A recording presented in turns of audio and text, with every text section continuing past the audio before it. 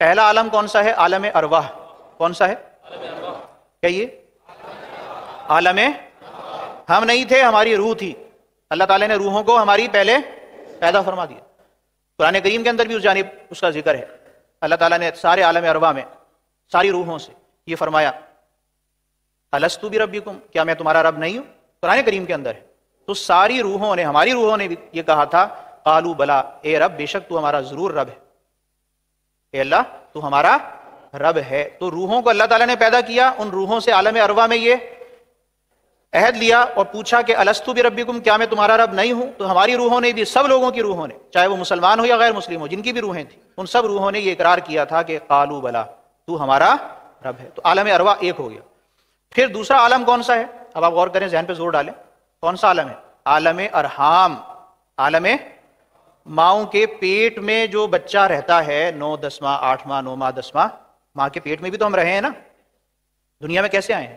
ماں باپ ہمارا ذریعہ بنے. تو ماں کے پیٹ میں جو ہماری جسم کی تخلیق ہوئی اور اس میں روح ڈالی گئی، تو ماں کا پیٹ جو ہے یہ بھی ایک عالم ہے، دوسرا عالم تھا. ایک عالم ارواح تھا، دوسرا عالم کون سا ہو گیا؟ ماں کا پیٹ، رحم مادر، اس کو عالم ارحام کہہ لیجیے. اب آپ غور کیجئے، ہماری روح کو اللہ نے پیدا کیا، اس کے مطابق اس کو غذا کون دیتا تھا؟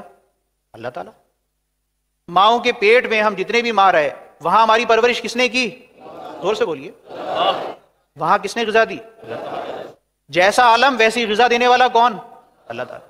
ماں کے پیٹ سے جب باہر آئے اور دنیا میں آنکھ کھلی ہماری، تو اب یہ ہماری زندگی کا دور شروع ہو گیا. جسم اور روح ہماری اس عالم حیات دنیا میں پیدا ہو گئی. یہ تیسرا عالم ہے. تو ہم جو یہاں بیٹھ کر باتیں کر رہے ہیں، اور آپ اور میں چل پھر رہے ہیں، کام کاج میں لگے ہوئے ہیں، دنیا کے اندر زندگی بسر کر رہے ہیں، یہ ہمارا کون سا عالم ہے؟ تیسرا. اب جب روح ہمارے جسم سے جدا ہوگی تو وہ جو پہلے جہاں سے آئی تھی دوبارہ اس نے کہیں جانا بھی تو ہے. تو وہ چوتھا عالم جو مرنے کے بعد شروع ہوتا ہے اسے کہتے ہیں عالم آخرت. عالم آخرت. عالم آخرت. پھر اس کے دو حصے بن جاتے ہیں. ایک حصہ حشر سے پہلے تک کا، جس کو کہتے ہیں عالم برزخ. مرنے کے بعد دفنا دیا جاتا ہے، یا جو مذاہب والے جو بھی کچھ کرتے ہیں، بعض جلا دیتے ہیں، بعض لٹکا دیتے ہیں، بعض کچھ کر دیتے ہیں، کچھ بھی ہے. ہم مسلمانوں کا تو ایک بڑا پیارا اور احترام والا طریقہ ہے، بڑے اعزاز اور اکرام ہیں کے ساتھ جنازہ اٹھا کر لے کے جایا جاتا ہے، اور کلمہ طیبہ شہادت پڑھتے ہوئے، خود بھی پڑھتے ہیں اور نعتیں پڑھتے ہوئے جاتے ہیں، اور درود و سلام پڑھتے ہوئے جاتے ہیں، اور پھر جناب فاتحہ بھی پڑھتے ہیں، ایصال ثواب بھی کرتے ہیں، اور ان تقاضوں کو بھی پورا کرتے ہیں. تو وہ جو عالم ہے نا، مرنے کے بعد سے لے کے قیامت تک، مرنے کے بعد سے لے کے قیامت، اس کو عالم برزخ کہتے ہیں. کیا کہتے ہیں؟ برزخ. برزخ کہتے ہیں آڑ کو.